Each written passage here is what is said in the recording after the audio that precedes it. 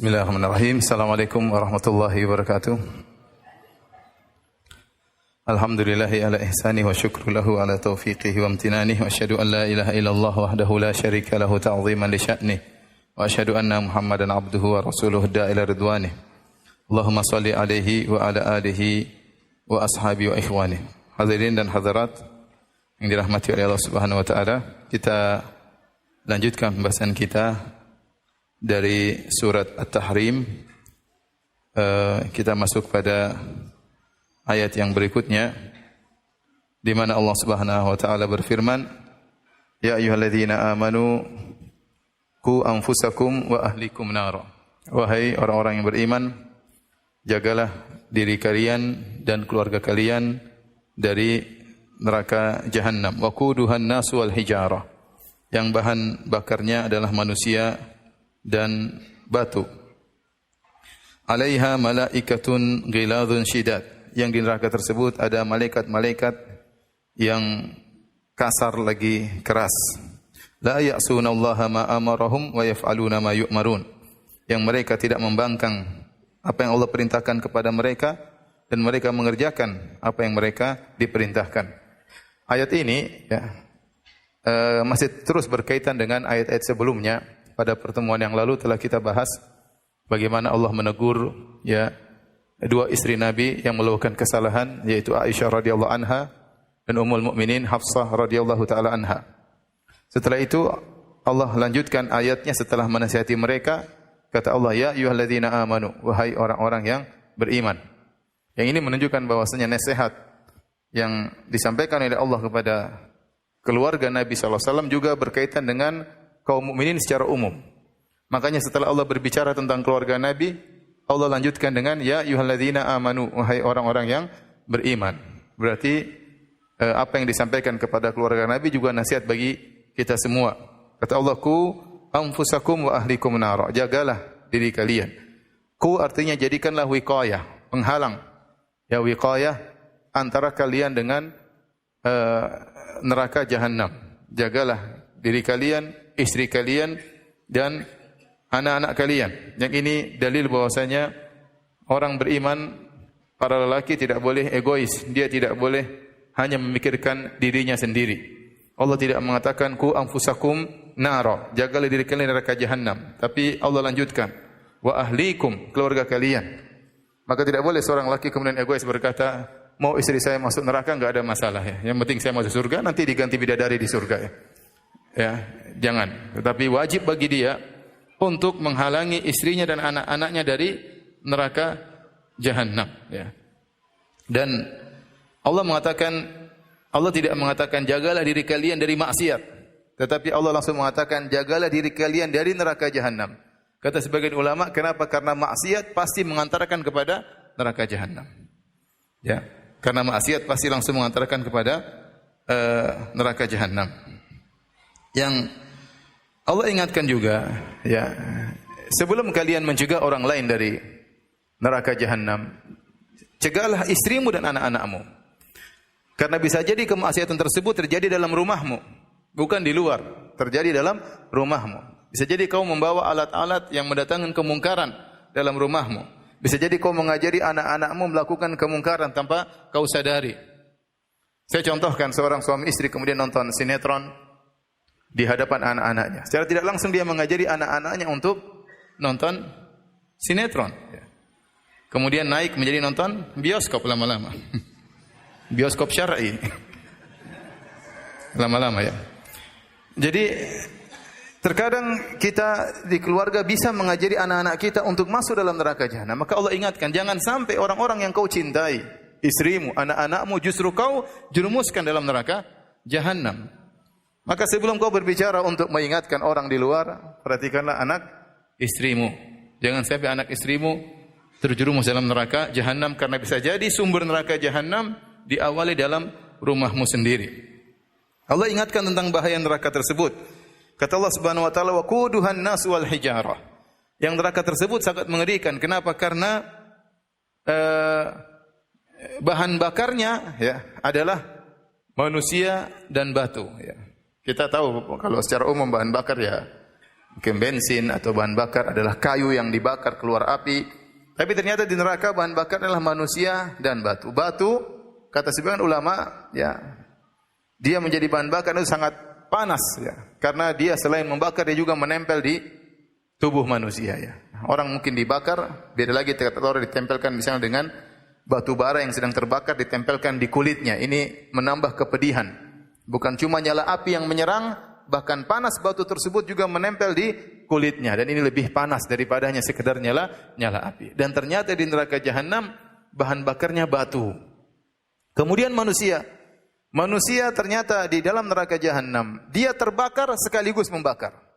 Ini kekuasaan Allah Subhanahu wa taala. Makanya Allah berfirman, "Innakum wa ma ta'buduna min dunillahi hasabu jahannam." Sungguhnya kalian dan apa yang kalian sembah selain Allah akan menjadi bahan bakar atau api buat kayu bakar di neraka jahanam. Berarti manusia dia dibakar oleh api neraka dan dia juga membakar. Ini menakjubkan, dia terbakar sekaligus membakar yang lainnya. Dari sisi neraka sangat pedih siksaannya, dari sisi penjaganya juga sangat mengerikan. Kata Allah Subhanahu wa taala, "'Alaiha malaikatun ghiladun syidad." Yang di neraka tersebut ada malaikat-malaikat yang ghilaz, yang kasar, syidad, yang kuat, yang keras. Allah gabungan antara kasar dan keras. Ada yang mengatakan ghilaz fil aqwal, yaitu perkataan mereka kasar, perkataan mereka keras. Syidad, sikap mereka yang kasar. Ya, intinya akhlak yang buruk bagi para penghuni neraka jahanam dan sikap yang keras terhadap penghuni neraka jahanam. Malaikat tersebut digambarkan menggabungkan antara ghilaz dan syidad, yaitu kasar dan keras, ya. Kata Allah Subhanahu wa taala memuji para malaikat tersebut, la ya'sunallaha ma amarahum. Mereka tidak pernah bermaksiat terhadap perintah Allah, wa yaf'aluna ma yu'marun, dan mereka menjalankan apa yang mereka diperintahkan. Para malaikat tersebut ditugaskan oleh Allah untuk menyiksa para penghuni neraka jahanam. Tidak mungkin malaikat tersebut menyelisih perintah Allah Subhanahu wa taala. Maka tidak mungkin mereka kemudian merayu malaikat untuk memberi keringanan misalnya, mereka negosiasi dengan malaikat, mustahil, enggak mungkin. Karena malaikat menjalankan perintah Allah untuk menyiksa mereka. Setelah itu Allah berfirman, "Ya ayyuhalladzina kafaru la ta'tadzirul yaum." Wahai orang-orang kafir. Ayat ini bukan berkaitan dengan orang-orang kafir Quraisy yang masih hidup, tetapi ayat ini masih kelanjutan tentang kondisi penghuni neraka jahanam. Kata Allah, "Wahai orang-orang kafir, jangan kalian minta uzur pada hari ini." Ini kata para ulama, mafhumnya, dalilnya menunjukkan bahwasanya mereka tatkala di neraka jahanam, maka mereka memberikan uzur mereka ke hadapan Allah. Ya Allah, kami dahulu begini karena begini, ampuni kami. Allah, kami dahulu begini. Minta uzur, kasih uzur kepada Allah. Mereka minta uzur kepada Allah dan mereka menyebutkan uzur-uzur mereka di hadapan Allah agar Allah mengurangi siksaan mereka atau Allah memaafkan mereka. Jawabannya, la ta'tadzirul yaum. Jangan kalian minta uzur pada hari ini. Uzur kalian tidak ada yang diterima. Kata Allah, "Innama tujzauna ma kuntum ta'malun."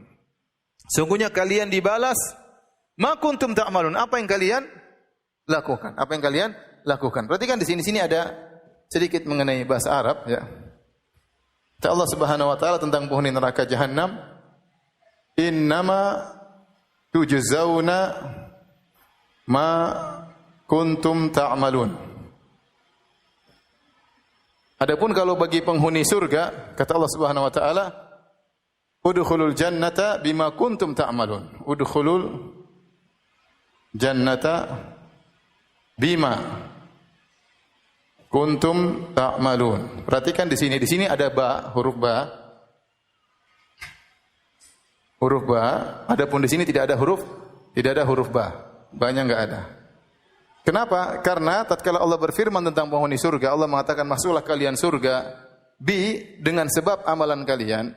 Artinya amalan kalian di dunia ini tidak sebanding dengan surga yang Allah berikan kepada kalian. Bayangkan kata Nabi SAW, "Raqatul fajri khairum minad dunya ma fiha." 2 rakaat sebelum subuh lebih baik daripada dunia dan seisinya. Anda cuma salat 2 rakaat sebelum subuh yang mungkin dikerjakan 3 menit, 2 menit, ternyata dapat ganjaran lebih baik daripada dunia dan seisinya. Dan ini menunjukkan bahwasanya ganjaran di surga tidak ada bandingannya dengan amalan sedikit yang kita lakukan. Maka Allah menggunakan ba. Artinya Allah memasukkan manusia ke dalam surga bil fadl, dengan karunia Allah. Karunia Allah. Adapun tatkala Allah berbicara kepada penghuni neraka jahanam, Allah tidak pakai ba. Allah mengatakan innama tujzauna, sungguhnya kalian dibalas itu ma kuntum ta'malun. Apa sesuai dengan apa yang kalian lakukan. Allah tidak tambahkan, tapi sesuai dengan yang kalian lakukan. Maka Allah membalas penghuni neraka jahanam bil adl, dengan keadilan. Ya. Ini sekedar sedikit yang disebut oleh para ahli tafsir tentang perbedaan antara perkataan Allah kepada penghuni surga dengan perkataan Allah kepada penghuni neraka jahanam. Kemudian Allah berfirman, Ya ayyuhalladzina amanu tubu ila Allahi taubatan nasuha. Allah berfirman, wahai orang-orang yang beriman, bertobatlah kalian kepada Allah dengan taubatan nasuha. Taubat yang nasuh. Apa itu taubat yang nasuh? Ada khilaf di kalangan para ulama tentang makna taubatan nasuha. Apa makna taubah nasuha?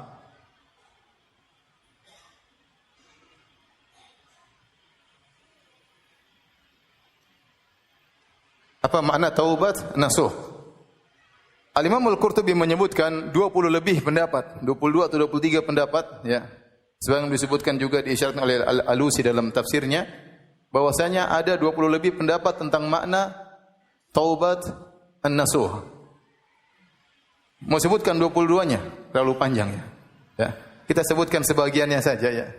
An-nasuh diambil dari kata nasoha ya. Kalau kita tahu artinya nasihat ya. Tapi sebenarnya nasuh itu maknanya lebih banyak daripada itu.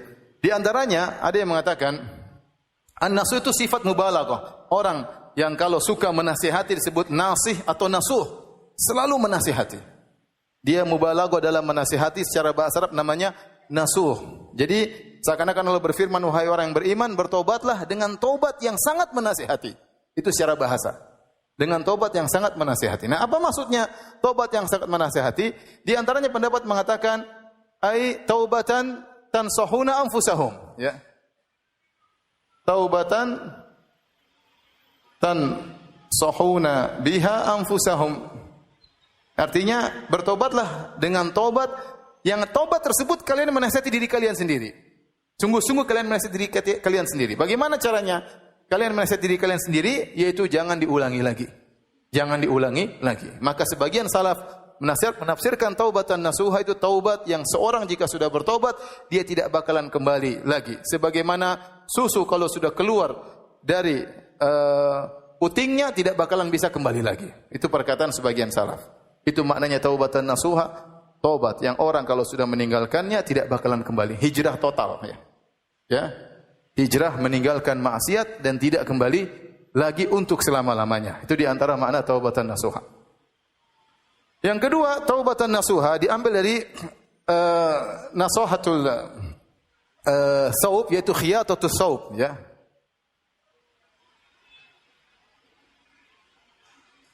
Artinya khiyatah. Maksudnya baju yang menjahit baju. Baju yang bolong-bolong. Maksudnya taubat nasuha itu seorang tatkala dia setelah bertobat maka dia memperbaiki dirinya. Mulailah dia merajut kekurangan-kekurangannya. Ya, namanya orang bertobat belum tentu dia langsung meninggalkan secara total, tapi dia mulai memperbaiki apa? Dirinya. Ibarat seperti dia merajut bajunya yang mulai robek-robek, dia perbaiki setahap demi setahap sampai dia mencapai kesempurnaan. Berarti dia terus berjalan maju menuju Allah Subhanahu wa taala. Itu disebut dengan taubatan nasuha. Ada yang mengatakan lagi taubat nasuha yaitu taubatan tansahuna biha ghairakum, yaitu engkau menasihati orang lain.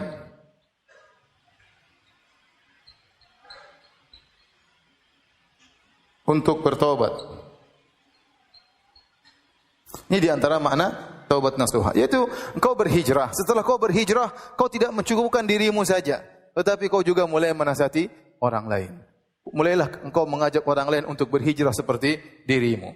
Mulailah kau menawarkan orang lain untuk bertobat sebagaimana kau telah bertobat. Ya, ini di antara makna taubatan nasuha. Dan ada makna-makna yang lain yang sampai berjumlah 22. Di antaranya juga seperti oleh Qurtubi, yaitu seorang bertobat dan dia tidak pede bahwasanya tobatnya diterima oleh Allah Subhanahu wa taala, sehingga dia senantiasa berada dalam kondisi wajal, rasa ketakutan, rasa di antara khauf dan raja, berharap dan khawatir, berharap dan khawatir, dan itu disebut dengan taubatan nasuha. Allah alam bisawab. Ini di antara makna-makna dari taubatan nasuha yang jumlahnya sangat banyak, khilaf di kalangan para ulama. Tetapi intinya para ulama tatkala menjelaskan syarat taubat, ya. Apa syarat taubat? Yang disebutkan oleh Ibnu Nawawi rahimahullah taala sebagaimana kita ketahui bersama, syaratnya ada 3, yaitu al-iqla, meninggalkan dosa. Kemudian apa yang kedua? An-nadam, menyesal. Yang ketiga, al-azam ala adamil audah, yaitu bertekad tidak kembali.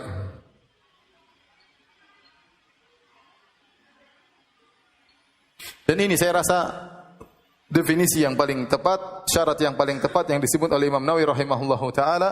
Orang kalau sudah terkumpulkan 3 perkara dalam dirinya, maka dia dikatakan bertaubat. Makanya Nabi sallallahu alaihi wasallam dalam hadisnya mengatakan, an-nadmu taubah. Kata Nabi sallallahu alaihi wasallam, menyesal adalah taubat. Menyesal adalah taubat. Sebagian ulama juga tatkala menjelaskan tentang masalah taubat, mereka mengatakan nasuh, ya. Nasuh dalam bahasa Arab juga berasal dari kata khalis, yaitu taubat yang murni. Taubat yang murni artinya seorang tatkala bertaubat, dia benar-benar karena Allah, mengharapkan wajah Allah. Bukan karena takut dengan kemudaratan berkaitan dengan badannya, bukan karena takut kemudaratan berkaitan dengan harga dirinya, bukan karena takut ya berkaitan dengan hartanya. Kalau ada seorang kemudian bertobat dari zina karena takut AIDS, maka dia tidak bertobat. Dia bertobatnya enggak ikhlas. Tobatlah ibadah, berarti harus ikhlas karena siapa? Karena Allah. Di antara makna taubatan nasuh, yaitu taubat yang ikhlas, karena nasuh artinya murni. Dia jadikan tobatnya karena Allah Subhanahu wa taala. Tapi kalau dia bertobat ya karena enggak enak kata orang, enggak enak kata ibu, enggak enak kata mertua, maka itu bukan tobat di sisi Allah Subhanahu wa taala. Dia berhenti merokok, kenapa? Mulai apa?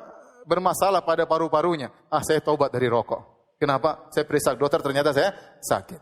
Ini taubat. Kalau hanya sekedar meninggalkan ya rokok gara-gara takut terkena penyakit di paru-parunya, maka taubatnya tidak diterima. Seperti seorang berhijrah meninggalkan praktek riba. Kenapa? Enggak enak sama teman-temannya. Teman-temannya semua sudah resign, tinggal dia yang belum. Akhirnya dia resign juga. Bukan karena Allah, tapi karena dikata-katain oleh orang-orang sebelahnya. Oleh karenanya hati-hati seorang kalau bertaubat, dia juga harus menjaga keikhlasannya. Ya, jangan sampai kemudian dia pamerkan tentang taubatnya, kemudian dia berkoar-koar, khawatir dia tidak ikhlas, khawatir dia tidak ikhlas. Maka seorang tatkala bertobat, dia jaga taubatnya. Saya bertobat karena Allah Subhanahu wa taala. Jika dia bertobat bukan karena Allah, maka taubatnya tidak diterima oleh Allah Subhanahu wa taala. Baik. Pembahasan berikutnya, ikhwan. Apakah taubat pasti diterima?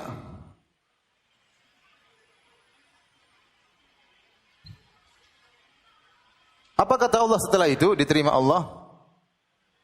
Kata Allah, asa rabbukum, iya kan? Asa rabbukum ayyukaffiru ankum sayyi'atikum. Kata Allah Subhanahu wa taala, asa rabbukum an yukaffiru ankum sayyi'atikum. Yang artinya semoga, ini artinya semoga. Asa dalam bahasa artinya semoga. Semoga Rabbmu menghapuskan dosa-dosamu.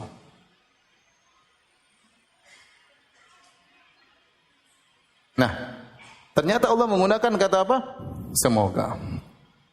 Berbeda tatkala berbicara tentang orang-orang kafir, kata Allah Subhanahu wa taala, "Qul lil ladzina kafaru iyantahu yughfar lahum ma qad salaf." Katakanlah kepada orang-orang kafir, kalau mereka berhenti dari kekufuran mereka, yughfar lahum ma qad salaf, langsung diampuni yang telah lalu. Sehingga para ulama sepakat, kalau orang kafir bertobat pasti diterima tobatnya, pasti. Sementara para ulama khilaf, apakah kalau seorang mukmin bertobat pasti diterima tobatnya? Ya. Ada yang mengatakan tidak pasti, tidak wajib bagi Allah untuk menerima taubatnya. Kenapa? Karena Allah menggunakan kata apa? Semoga. Ya. Kemudian juga seperti firman Allah Subhanahu wa taala, ya, qul li ibadiyalladzina asrafu ala anfusihim la taqnatu min rahmatillah. Katakanlah orang-orang kepada hamba-hambaku yang mereka tenggelam dalam kemaksiatan, jangan putus asa dari rahmat Allah.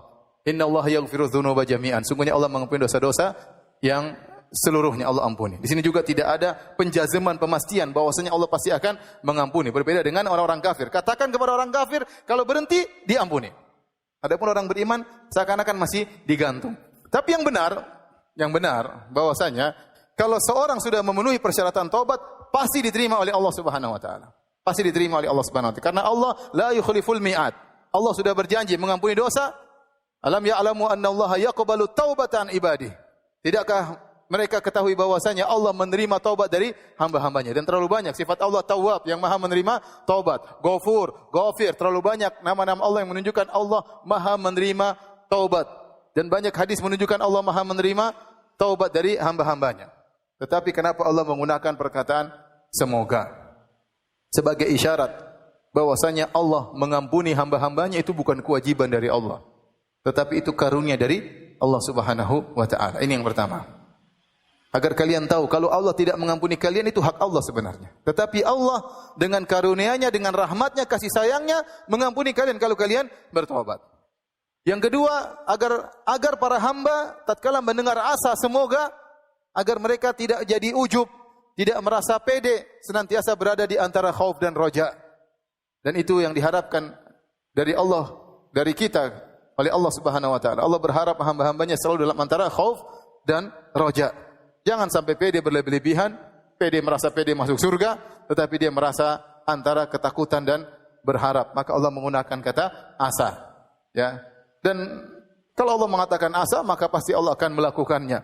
Sebagaimana seorang raja berkata kepada misalnya kepada rakyatnya, semoga kita melakukan hal ini, dan dia pasti melakukannya. Cuma dia menggunakan kata semoga. Jadi, asa rabbukum ayyukaffira ankum sayyi'atikum. Semoga Allah Subhanahu wa taala mengampuni dosa-dosa kalian. Ini berarti Allah pasti mengampuni dosa-dosa kalian kalau kalian bertobat. Cuma yang jadi pertanyaan, apakah kita sudah memenuhi persyaratan ini? Ini yang jadi pertanyaan. Sehingga Ibnu Al-Qayyim rahimahullahu taala dalam kitabnya Madarijus Salikin menyebutkan bahwasanya seorang beriman tidak bisa menjazam, memastikan dirinya diterima tobatnya. Tidak bisa. Karena dia belum tentu bisa memastikan dia telah memenuhi persyaratan untuk bertobat kepada Allah Subhanahu wa taala. Itu yang jadi permasalahan. Tapi seandainya persyaratannya sudah terpenuhi, pasti Allah akan mengampuni dosa-dosanya. Baik, kita lanjutkan. Kata Allah Subhanahu wa taala, "Asa rabbukum ayyukaffira ankum sayyi'atikum wa yudkhilakum jannatin tajri min tahtihal anhar." Dan Allah, kalau kalian bertobat dengan taubat nasuha, Allah akan mengampuni dosa-dosa kalian, dan Allah akan masukkan kalian ke dalam surganya yang mengalir di bawahnya sungai-sungai. Dan ini menunjukkan luasnya rahmat Allah Subhanahu wa taala. Dan antum tahu bahwasanya Allah lebih sayang kepada antum daripada seorang ibu kepada anaknya. Ya. Betapa sering seorang anak bermasalah dengan ibunya, kemudian dia minta maaf, ibunya tidak memaafkan. Betapa sering demikian. Meskipun ibunya sangat sayang kepada sang anak. Ya. Betapa sering seorang anak untuk bisa mendapatkan ampunan dari ibunya, maka dia harus berjalan waktu yang lama, kemudian berusaha dari waktu yang satu ke waktu yang lain, mungkin bisa diomelin oleh orang tuanya, bisa jadi diusir oleh orang tuanya, baru dia bisa diampuni oleh orang tuanya. Tetapi Allah Subhanahu wa taala tidak demikian. Seorang hamba bermaksiat kepada Allah, melakukan banyak dosa, kemudian dia menangis minta ampun kepada Allah, maka Allah akan terima taubatnya. Allah akan menerima taubatnya. Dia tidak perlu merangkai kata-kata yang indah. Dia keluar secara natural dari hatinya, dari lubuk hatinya yang paling dalam, minta kepada Allah Subhanahu wa taala, bangun di malam hari menangis minta ampun kepada Allah, Allah akan ampuni. Ini menunjukkan bahwasanya ya, Allah lebih sayang kepada hamba-hambanya daripada seorang ibu kepada anaknya. Yang kedua, ternyata setelah Allah ampuni, dan Allah bukan cuma mengampuni, bukan hanya mengatakan dosamu menjadi 0, bahkan Allah kasih bonus, yaitu Allah masukkan ke dalam surga. Makanya Allah tidak mengatakan asa rabbukum ayyukaffira ankum sayyi'atikum, titik, tapi masih koma. Wa yudkhilakum jannatin tajri min tahtihal anhar. Bisa jadi Allah mengampuni dosa-dosa kalian dan memasukkan kalian ke dalam surganya. Dan apakah ada manusia yang seperti itu? Kalau kita bersalah kepada dia, kemudian kita minta maaf kepada dia, terus dia berkata, saya ampuni kesalahanmu, dan ini mobil saya kasih hadiah buat kamu. Apakah ada yang demikian? Mustahil ya. Kalau ada orang kita berbuat salah kepada dia, kita datang merengek-rengek minta maaf. Terkadang dia ngomel-ngomel dulu, ente sih kurang ajar sih, karena sudah bilang dari dulu. Tapi saya maafkan ya. Diomelin dulu baru dimaafkan. Tapi Allah Subhanahu wa taala, ente datang, ente menangis, tidak diomelin oleh Allah Subhanahu wa taala, kapan saja ente bisa ketuk pintu Allah Subhanahu wa taala, dia bertobat kepada Allah Subhanahu wa taala, tidak perlu merangkai kata-kata, diampuni oleh Allah, dikasih bonus masuk surga. Dan siapa yang lebih baik daripada Allah Subhanahu wa taala? Kemudian firman Allah selanjutnya, yauma la yukhzillahu an-nabiyya walladzina amanu ma'ah. Hari di mana Allah Subhanahu wa taala tidak akan menghinakan nabi dan orang-orang yang beriman bersamanya. Hari tersebut nabi akan dimuliakan oleh Allah. Nabi di sini masih Nabi Muhammad sallallahu alaihi wasallam. Walladzina amanu ma'ah, dan orang-orang yang beriman bersama nabi tersebut. Dan kalau kita baca ayat ini, yang pertama kali terbetik dalam benak kita, orang-orang beriman bersama Nabi siapa? Para sahabat. Oleh karena sebagian ulama seperti Tahir bin Ashur mengatakan ayat ini dalil bahwasanya seluruh sahabat masuk surga. Karena mereka tidak akan dihinakan oleh Allah Subhanahu wa taala. Dan ayat ini yang pertama kali ya terbetik dalam benak kita, yang pertama kali tercakup dalam ayat ini adalah para sahabat Nabi sallallahu alaihi wasallam, karena Allah mengatakan walladzina amanu ma'ah, dan orang yang beriman bersama Nabi. Allah tidak mengatakan dan orang-orang yang beriman kepada Nabi. Allah mengatakan walladzina amanu ma'ah, dan orang-orang beriman bersama Nabi. Dan kita tahu yang beriman bersama Nabi di zaman Nabi siapa? Para sahabat. Ini dalil bahwasanya seluruh sahabat masuk surga, kata Tahir bin Ashur rahimahullahu taala. Tentunya orang yang beriman akan dimuliakan pada hari tersebut, hari yang di mana Allah menghinakan banyak manusia. Kemudian kata Allah Subhanahu wa taala, nuruhum yas'a baina aydihim wa bi aymanihim. Cahaya mereka membesar di hadapan mereka dan di sebelah kanan mereka. Kenapa tidak disebutkan sebelah kiri? Kenapa tidak disebutkan sebelah belakang?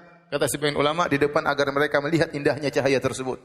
Sebelah kanan agar mereka bisa ya seperti mengatur cahaya tersebut. Ya, kalau kita punya sesuatu kita pegang dengan tangan kanan, sehingga cahaya tersebut akan muncul di hadapan mereka, dan sebelah kanan mereka membimbing mereka untuk melewati sirat pada hari kiamat kelak. Hari yang di mana hari tersebut sangat gelap. Barang siapa yang tidak diberi cahaya, maka dia akan terjerumus dalam neraka jahanam. Ya, sebagaimana sering saya jelaskan bahwasanya ya di atas neraka jahanam ada sirat. Sirat diletakkan di atas neraka jahanam. Barang siapa yang bisa menyeberang sirat tersebut, dia akan sampai kepada surga. Di bawah sirat ada neraka. Tetapi neraka ya, apinya hitam saking panasnya. Apinya hitam. Sehingga api neraka tidak menjadikan terang benderang, tetapi tetap gelap karena api tersebut hitam. Dan orang-orang tidak memiliki api, tidak memiliki cahaya, maka dia akan mudah terjerumus ke dalam neraka jahanam. Adapun orang yang memiliki cahaya yang besar, maka dia akan mudah melewati sirat. Maka pada hari tersebut, tatkala orang-orang beriman melihat cahaya orang-orang munafik padam, maka mereka berdoa, Rabbana atmim lana nurana waghfir lana innaka ala kulli syai'in qadir. Jadi tatkala di sirat, sebelum sirat terjadi zulmah, kegelapan, ya. Kegelapan sebelum orang-orang melewati sirat. Adapun orang-orang kafir yang asli, Yahudi, Nasrani dan yang lainnya, mereka tidak lewat sirat, mereka langsung masuk neraka Jahannam. Yang melewati sirat cuma dua model manusia, kaum muslimin dan orang-orang munafik yang KTP mereka Islam. Mereka ditahan untuk melewati sirat. Maka Allah memberikan cahaya kepada orang-orang munafik. Dan mereka sudah sangat senang pada hari tersebut. Tiba-tiba cahaya mereka diredupkan oleh Allah Subhanahu wa taala, dan hal itu dilihat oleh orang-orang beriman. Tatkala orang beriman melihat cahaya orang munafik diredupkan, mereka khawatir dengan diri mereka. Padahal mereka sudah memegang cahaya. Mereka tetap tidak pede pada hari tersebut. Maka mereka berdoa kepada Allah Subhanahu wa taala, "Rabbana atmim lana nurana." Ya Allah, sempurnakanlah cahaya kami, jangan dipadamkan. Jangan seperti orang-orang munafik yang kau padamkan cahaya mereka. Waghfir lana, dan ampunilah dosa-dosa kami. Mereka tatkala dalam kondisi genting tersebut ingat dengan dosa-dosa mereka. Di hari kiamat tidak ada yang mudah hari tersebut. Semua tahapan dilalui dengan penuh ketakutan dan mengerikan. Terutama tahapan terakhir, tahapan penentuan surga atau neraka lewat sirat. Sampai para anbiya tidak ada perkataan mereka kecuali 3 perkataan, Allahumma sallim sallim. Para nabi ketakutan juga pada waktu tersebut. Para nabi berdoa, ya Allah selamatkan, selamatkan. Itu perkataan mereka. Mereka tidak ngomong yang lain. Allahumma sallim sallim. Ya Allah selamatkan umatku. Ya Allah selamatkan umatku. Tapi tidak semua umat Nabi SAW selamat. Sehingga di saat yang sangat genting tersebut, kaum mukminin sudah memegang cahaya, mereka pun masih ketakutan. Maka mereka berkata, Rabbana atmim lana. Ya Rabb kami, sempurnakanlah cahaya kami. Waghfir lana, dan ampunilah dosa-dosa kami. Ya, karena mereka sadar mereka penuh dengan dosa. Kemudian mereka berkata, innaka ala kulli syai'in qadir. Sungguhnya engkau maha kuasa atas segala sesuatu. Mereka tidak berkata, innaka ghafurur rahim. Sungguhnya engkau maha pengampun lagi maha penyayang. Karena ini bukan di dunia lagi, ini di akhirat sekarang. Semuanya berkaitan dengan kekuasaan Allah Subhanahu wa taala. Nah, kita minta ampun dengan innaka ghafurur rahim tatkala di dunia. Sekarang di akhirat yang berlaku kekuasaan Allah Subhanahu wa taala. Maka mereka menutup permohonan ampun mereka dengan berkata, innaka ala kulli syai'in qadir. Sungguhnya engkau maha kuasa atas segala sesuatu. Engkau maha kuasa untuk membesarkan cahaya kami, untuk mengampuni dosa-dosa kami, untuk buat kami melewati sirat. Engkau maha kuasa atas segala sesuatu di hari yang tidak ada berkuasa kecuali engkau ya Allah. Kemudian Allah berfirman, ya ayyuhan nabi jahidil kuffar wal munafiqina waghluz alaihim.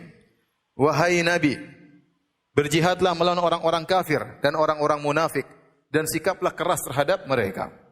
Jihad terhadap orang-orang kafir yaitu dengan menggunakan pedang.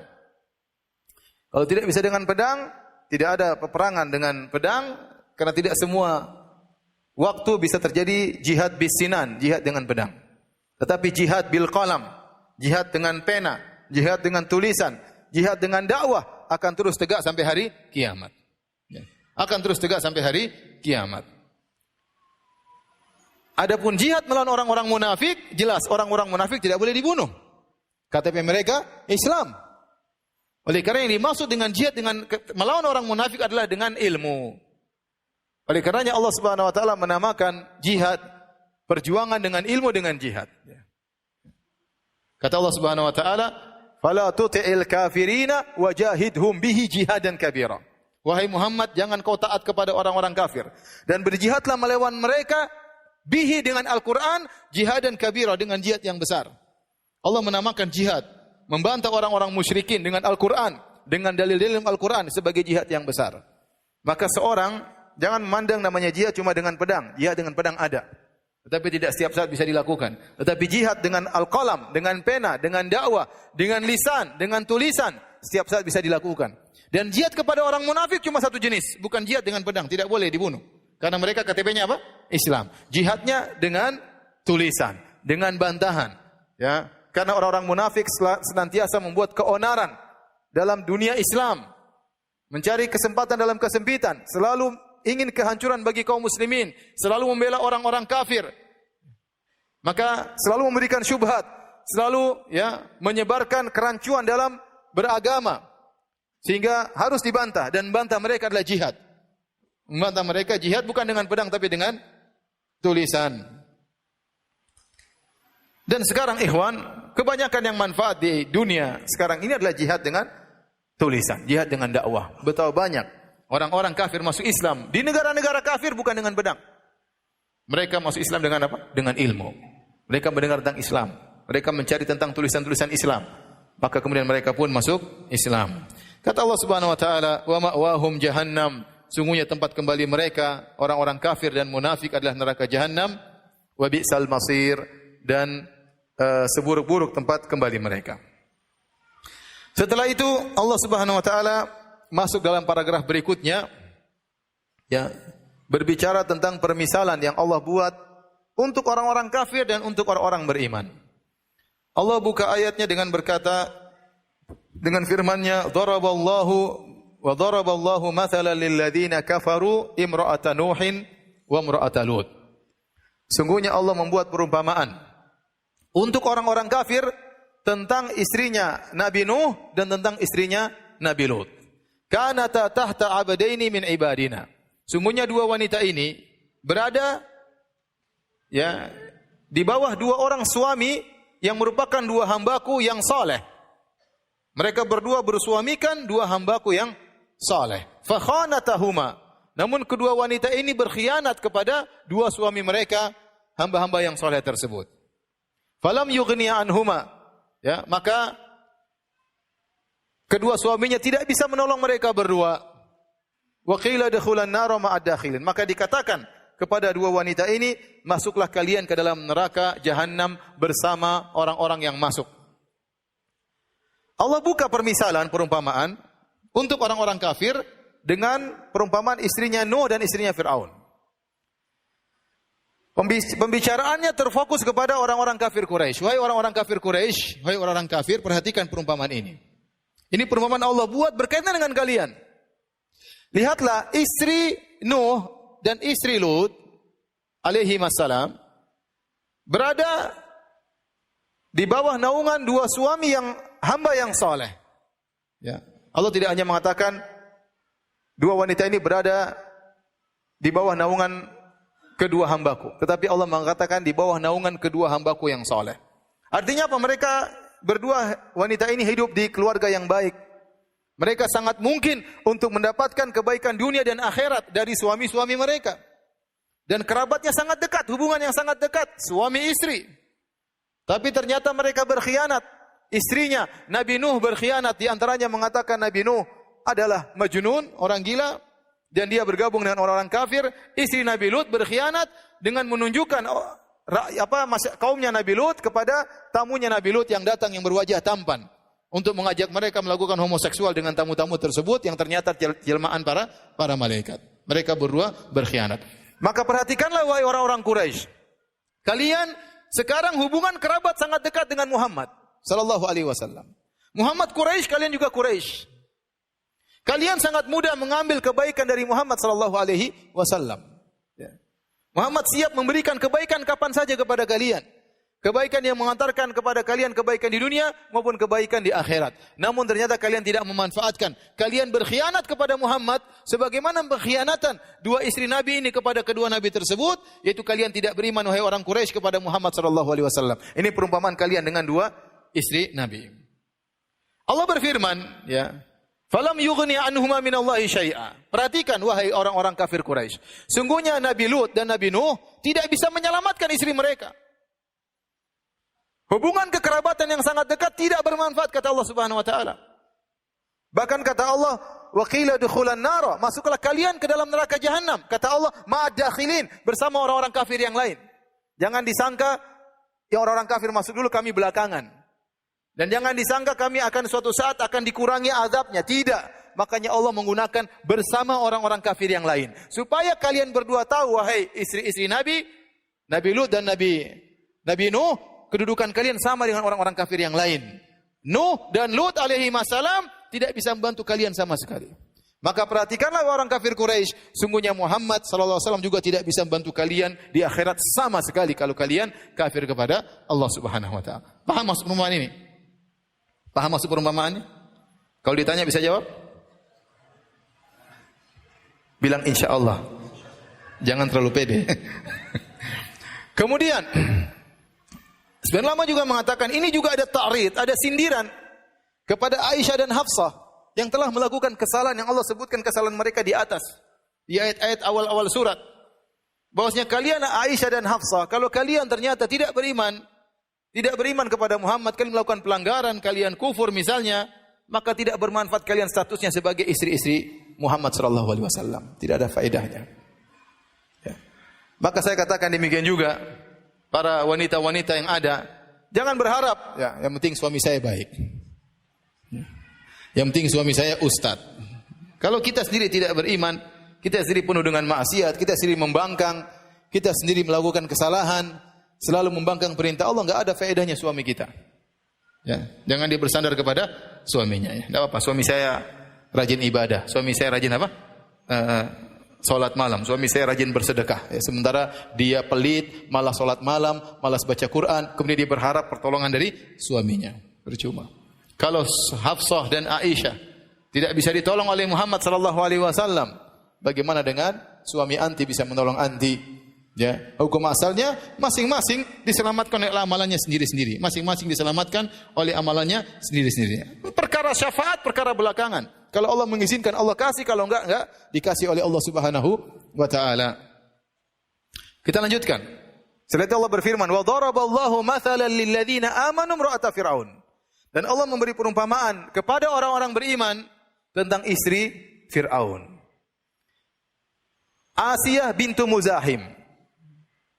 Seorang wanita yang sangat salehah, istri Fir'aun. Idz qalat rabbi ibni li 'indaka baitan fil jannah. Yang dia berdoa kepada Allah, ya Allah, ya Rabbku, bangunkanlah untukku di sisimu, ya, istana di surga. Bangunkanlah untukku di sisimu istana di surga. Di sisimu di sini maksudnya apa? Ada dua pendapat di kalangan para ahli tafsir. Ada yang mengatakan surga di sisimu, bangunkanlah istana di sisimu. Ada yang mengatakan bangunkanlah aku di sisimu. Jadi aku yang di sisimu, bukan istana yang di sisimu. Dua-duanya tidak bertentangan. Faham maksud saya? Tatkala Maryam berkata, tatkala Asiyah bintu Muzaim berkata, idz qalat rabbi ibnili, ya Allah bangunkanlah untukku. Indaka ini dzarf. Ini dia berkaitan dengan apa? Li atau berkaitan dengan baitan. Ini yang ngerti bahasa Arab ya. Yang enggak ngerti ya sudahlah ya. Ya. Intinya dia ingin dekat dengan Allah Subhanahu wa taala. Kalau bukan dia yang dekat, istananya dekat dengan Allah Subhanahu wa taala. Ya. Kenapa dia mengucapkan demikian? Sebagian ahli tafsir mengatakan karena dia telah diiming-iming oleh Fir'aun untuk kufur kepada Nabi Musa alaihissalam. Untuk kufur kepada Nabi Musa alaihissalam sehingga dia akan diberikan istana yang hebat di dunia. Siapa yang tidak bangga punya suami seperti Fir'aun? Orang terkaya di dunia tatkala itu. Orang tergagah di dunia tatkala itu. Raja di raja tatkala itu. Apa yang dikatakan terjadi. Apa yang dia perintah akan dilaksanakan. Keputusan di tangannya. Semua orang takut kepadanya. Sampai dia merasa dirinya sebagai Tuhan. Siapa yang tidak bangga punya suami seperti Fir'aun? Kalau mau dunia, siapa yang tidak bangga punya suami seperti Fir'aun? Ternyata Asiyah bintu Muzahim beriman kepada Nabi Musa. Maka dia dirayu oleh Fir'aun. Jangan beriman dengan Musa. Tidakkah kau lihat istanamu yang begitu megah? Ya. Maka tatkala itu dia berdoa kepada Allah. Dia meninggalkan seluruh kenikmatan dunia untuk meraih kenikmatan yang abadi di akhirat. Dan dia berdoa, Rabbi ibnili 'indaka baitan fil jannah. Ya Allah bangunkanlah untukku di sisimu istana di surga. Ada yang mengatakan dia mengucapkannya tatkala dia bersikeras dalam keimanannya, disiksa oleh Fir'aun, diambil tali, diletakkan, diikatkan tangan kanannya, tali di tangan kirinya, di kaki kanan, kaki kirinya, kemudian ditarik oleh Fir'aun. Tatkala ruhnya akan dicabut oleh Allah, maka dia berdoa dengan doa tersebut sehingga Allah menyelamatkan ruhnya, ya. Kemudian dia disiksa oleh Fir'aun. Ada yang mengatakan tatkala dilemparkan di minyak yang panas, dia mengucapkan doa tersebut. Intinya Asiyah bintu Muzahim ya adalah contoh seorang wanita mukminah yang dia meninggalkan kenikmatan dunia karena Allah Subhanahu wa taala, maka Allah gantikan bagi dia istana di surga. Perhatikan di sini. Allah bercerita tentang dua nabi, istrinya kafir-kafir. Ya, fa khanatahuma maksudnya kafir keduanya ya. Allah bercerita tentang Firaun, istrinya mukminah. Subhanallah. Hidayah di tangan Allah Subhanahu wa taala. Ya. Ini dua nabi tidak bisa mendakwahi, tidak berhasil mendakwahi dua istrinya karena hidayah di tangan Allah. Tentunya Nabi Lut sayang kepada istrinya. Tentunya Nabi Nuh sayang kepada istrinya dan mereka berdua tentunya mendakwahi istrinya lebih utama daripada orang lain. Tapi ternyata kedua-duanya tidak beriman. Padahal sebab hidayah sudah sangat luar biasa, tetapi hidayah di tangan Allah Subhanahu wa taala. Sebaliknya istri Firaun, sebab kerusakan, sebab kesesatan semuanya berada di sekitar dia. Firaun yang luar biasa, kemegahan dunia yang luar biasa, ternyata dia beriman. Di tengah-tengah kekufuran, dia bisa beriman. Dia bisa beriman. Oleh karena Syekh Saleh Sindi pernah bercerita, dia baru membimbing seorang mahasiswa di Madinah, berasal dari negara kafir, kalau enggak salah Swedia atau negara-negara Eropa, yang keluarganya masih kafir. Subhanallah, sekarang dia S2 atau S3 menulis tesis atau disertasi membantah pemikiran orang-orang ateis. Bayangkan. Dia berasal dari kompleks ateis, tapi Allah beri hidayah kepada dia. Sekarang dia tulis disertasi atau tesis membantah orang-orang apa? Ateis. Subhanallah. Kalau berkehendak istri Firaun di tengah kesesatan, di tengah kekufuran, ternyata dia beriman kepada Allah Subhanahu wa taala. Maka dari sini kita tahu hidayah itu mahal. Kalau antum dapat hidayah, antum banyak bersyukur kepada Allah Subhanahu wa taala. Tidak semua orang bisa diberikan hidayah oleh Allah Subhanahu wa taala. Kemudian perumpamaan yang terakhir Allah sebutkan, wa Maryam binta Imran allati ahsanat farjaha, dan Maryam binti Imran, ibunya Nabi Isa alaihissalam, yang dia menjaga kemaluannya. Fanafakhna fihi min ruhina, dan kami pun meniupkan pada dirinya ruh kami, yaitu Nabi Isa, yang salah satu di antara ruh-ruh yang Allah ciptakan. Makanya Allah menyebutkan ruh kami dalam rangka untuk memuliakan, yaitu ruh spesial yang Allah ciptakan untuk dimasukkan ke dalam rahim Nabi Isa. Maryam, ke dalam rahim Maryam. Wasaddaqat bi kalimati rabbiha, dan dia membenarkan kalimat-kalimat Rabbnya, ya. Wa kutubih, dan beriman kepada kitab-kitab Allah. Wa kanat minal qanitin, dan dia termasuk orang-orang yang sangat taat kepada Allah Subhanahu wa taala. Kata sebagian ulama seperti Al-Alusi dalam tafsirnya, Allah memberi contoh kepada model ketiga. Model ketiga ini adalah seorang yang tidak bersuami. Sebagai hiburan kepada sebagian wanita yang mungkin mereka tidak punya suami, bahwasanya mereka bisa juga menjadi seorang wanita yang salehah, sangat mulia di sisi Allah Subhanahu wa taala. Atau hiburan kepada para janda yang mungkin ditinggal oleh suami-suami mereka. Apakah suami mereka meninggal dunia, ataukah suami mereka mencerai mereka sehingga mereka hidup tanpa ada suami. Bahwasanya tanpa suami juga seorang bisa menjadi wanita yang salehah. Mereka sudah punya kedua, sudah contoh, yaitu siapa? Maryam. Dan di antara keistimewaan Maryam adalah yang Allah ulang-ulang dalam banyak ayat, allati ahsanat farjaha, dia menjaga kemaluannya. Azan kah? Belum. Allati ahsanat farjaha, yang menjaga kemaluannya.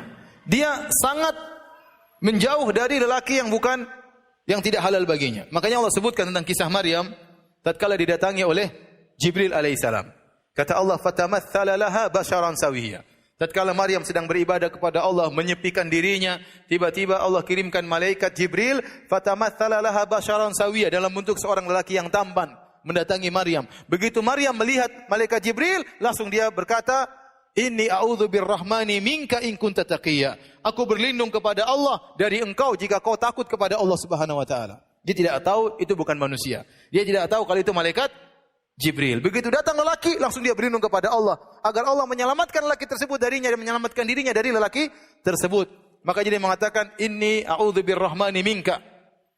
Aku berlindung kepada Allah dari engkau, dan engkau juga taqiyah, hendaknya kau bertakwa kepada Allah. Dia nasihati dirinya dan dia nasihati lelaki tersebut. Dia tidak tahu kalau itu adalah malaikat Jibril. Bukan seperti sebagian wanita sekarang, ketemu lelaki, tinggal di mana sih? Akhi, ya. Seperti itu ya. Sebagian wanita seperti itu. Yang pertama kali malah berbicara dengan lelaki. Yang pertama kali malah menggoda apa? Lelaki. Sebagian wanita sampai laki-lakinya malu-malu. Malu-malu perempuannya yang datang menegur. Kalau ingin masuk surga menjadi wanita salihah, allati ahsanat farjah, jaga kemaluan. Jangan sembarangan berbicara dengan lelaki. Jangan menjalin hubungan dengan lelaki yang tidak halal bagi kita. Sekarang zaman fitnah. Ya. Zaman medsos, semua orang bisa menjalin hubungan-hubungan yang haram.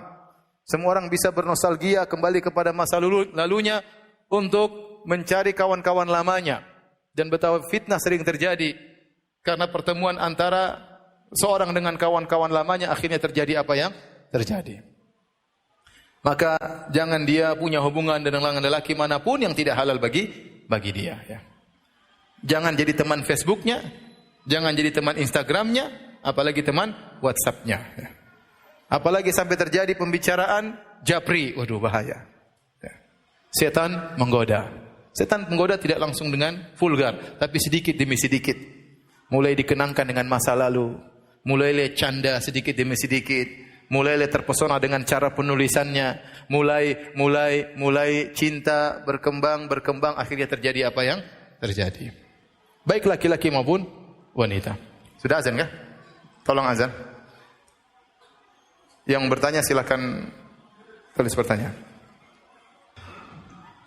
Hadirin dan hadirat rahmati Allah Subhanahu wa taala. Maka Asia bintu Muzahim dan Maryam bintu Imran adalah dua wanita yang spesial. Dalam Sahih Al-Bukhari, Nabi sallallahu alaihi wasallam bersabda, "Kamula minar rijal katsir, wa lam yakmul minan nisa illa Asia bintu Muzahim imra'atu Fir'aun wa Maryam bintu Imran. Wa fadlu Aisyah ala sairin nisa ka fadli sarid ala sairi ta'am." Hadis ini diriwayatkan oleh Al-Imam Al-Bukhari dari Abu Musa Al-Asy'ari. Beliau berkata bahwasanya Rasulullah SAW bersabda, lelaki yang sempurna banyak. Artinya orang-orang lelaki yang sempurna hebat. Tetapi yang sempurna dari wanita tidak banyak. Di antaranya kata Nabi SAW, Asia bintu Muzahim dan Maryam bintu Imran. Spesial Nabi sebutkan. Setelah itu Nabi berkata, dan keutamaan Aisyah dibandingkan seluruh wanita, yaitu di zaman Aisyah radhiyallahu anha, sebagaimana keutamaan makanan tharid dibandingkan seluruh makanan yang lainnya. Jadi ini ada keutamaan terhadap Aisyah radhiyallahu taala anha, ya, karena tharid adalah makanan di zaman Nabi sallallahu alaihi wasallam yang merupakan makanan favorit, yaitu daging berkuah dicampur dengan roti. Yang disebut oleh para ulama, makanan tersebut mencampurkan antara kelezatan dengan gizi yang tinggi.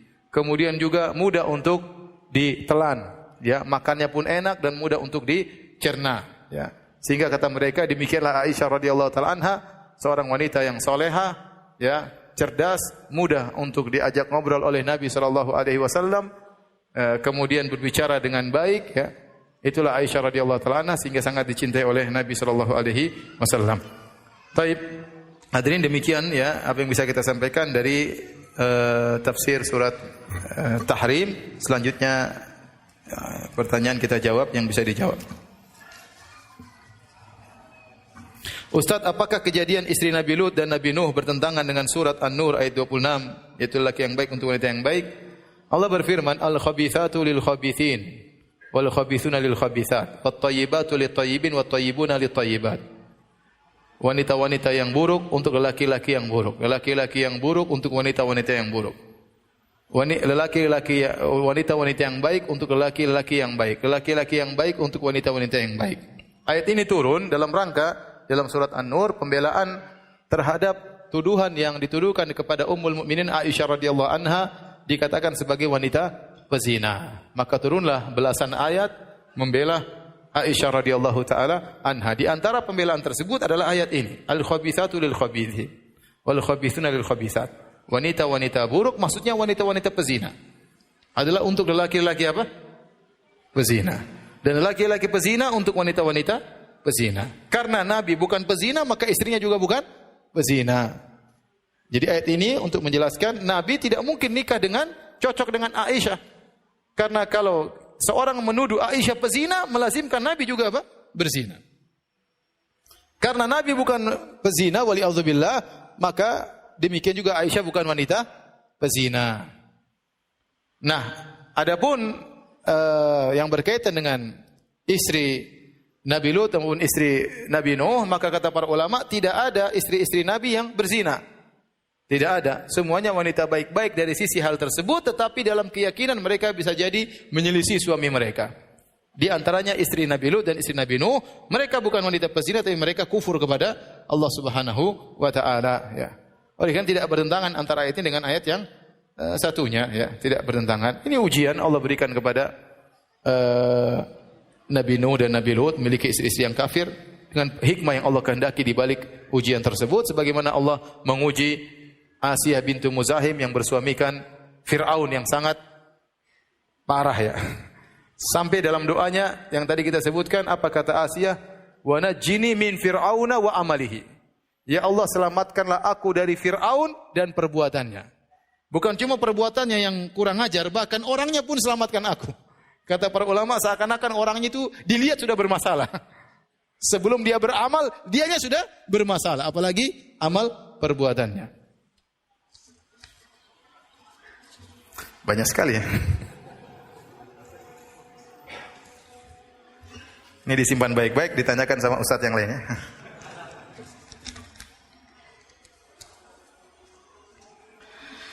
Saya kan ingin meminta pendapat dan nasihat dari ustadz. Afwan sebelumnya karena di luar tema. Tolong beri nasihat kepada teman ana yang masih pacaran.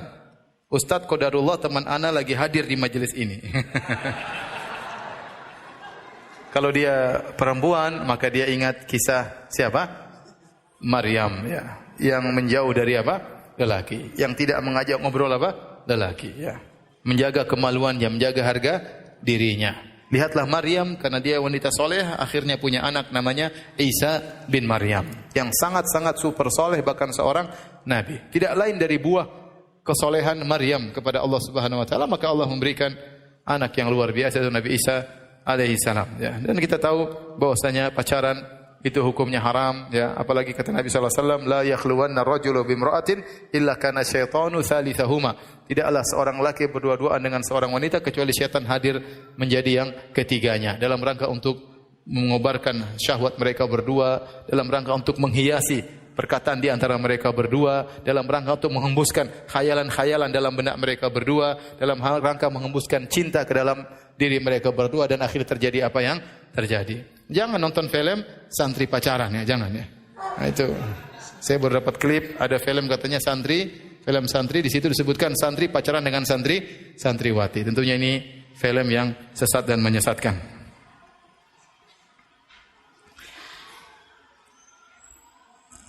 Ustaz, mungkin ana adalah orang yang paling berdosa. Dulu ana pernah berbuat zina sama mantan pacar ana. Namun alhamdulillah ana sudah hijrah, sudah taubat.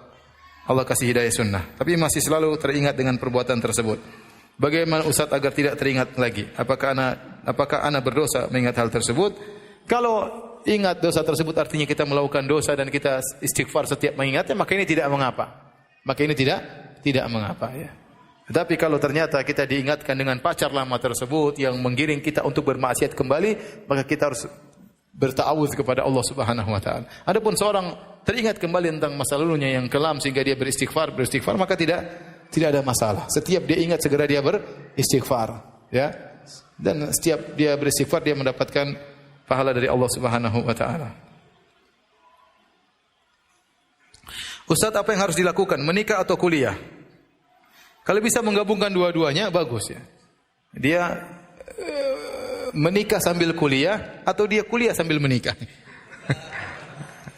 Saya dulu menikah sebelum apa? Kuliah. Saya dulu menikah sebelum kuliah. Dan banyak teman-teman saya kuliah dulu, sambil kuliah dia apa?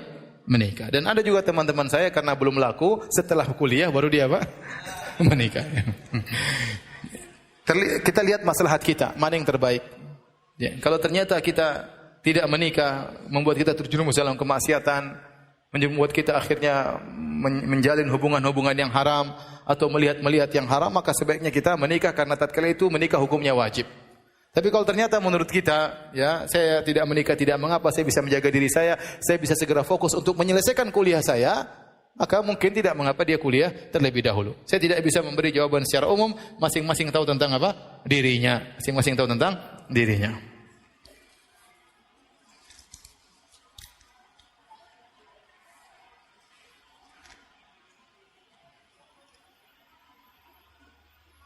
Apakah orang-orang munafik yang diredupkan cahayanya ketika melewati sirat akan masuk surga juga? Oh tidak. Mereka masuk neraka yang paling bawah ya. Innal munafiqina fid darkil asfali minan nar. Sungguhnya orang-orang munafik di neraka yang paling bawah. Bahkan neraka mereka kata para ulama lebih parah daripada neraka Yahudi dan Nasrani. Kenapa? Karena Yahudi dan Nasrani kafir asli. Adapun orang-orang munafik mereka menggabungkan dua, kafir dan berdusta. Ya.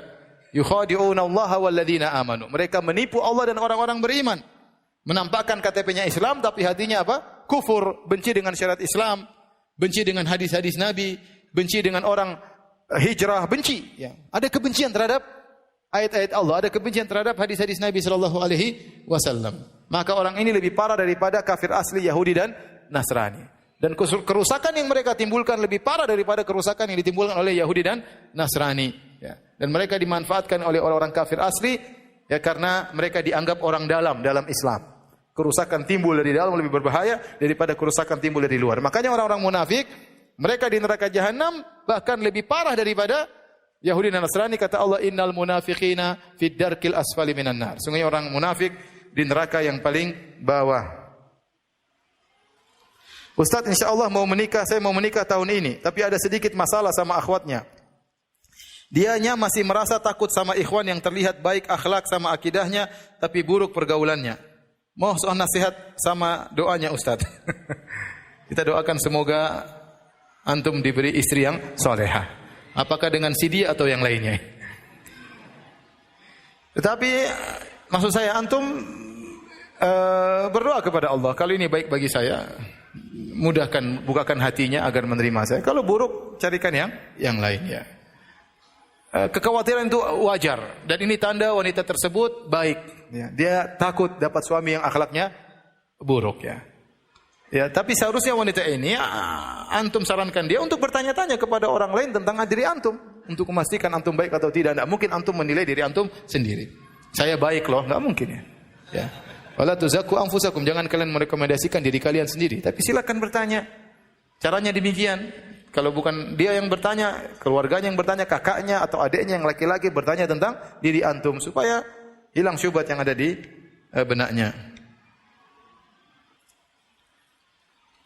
Baik, demikian saja kajian kita. Subhanakallah bihamdik asyhadu alla ilaha illa anta astaghfiruka wa atubu ilaik. Assalamualaikum warahmatullahi wabarakatuh.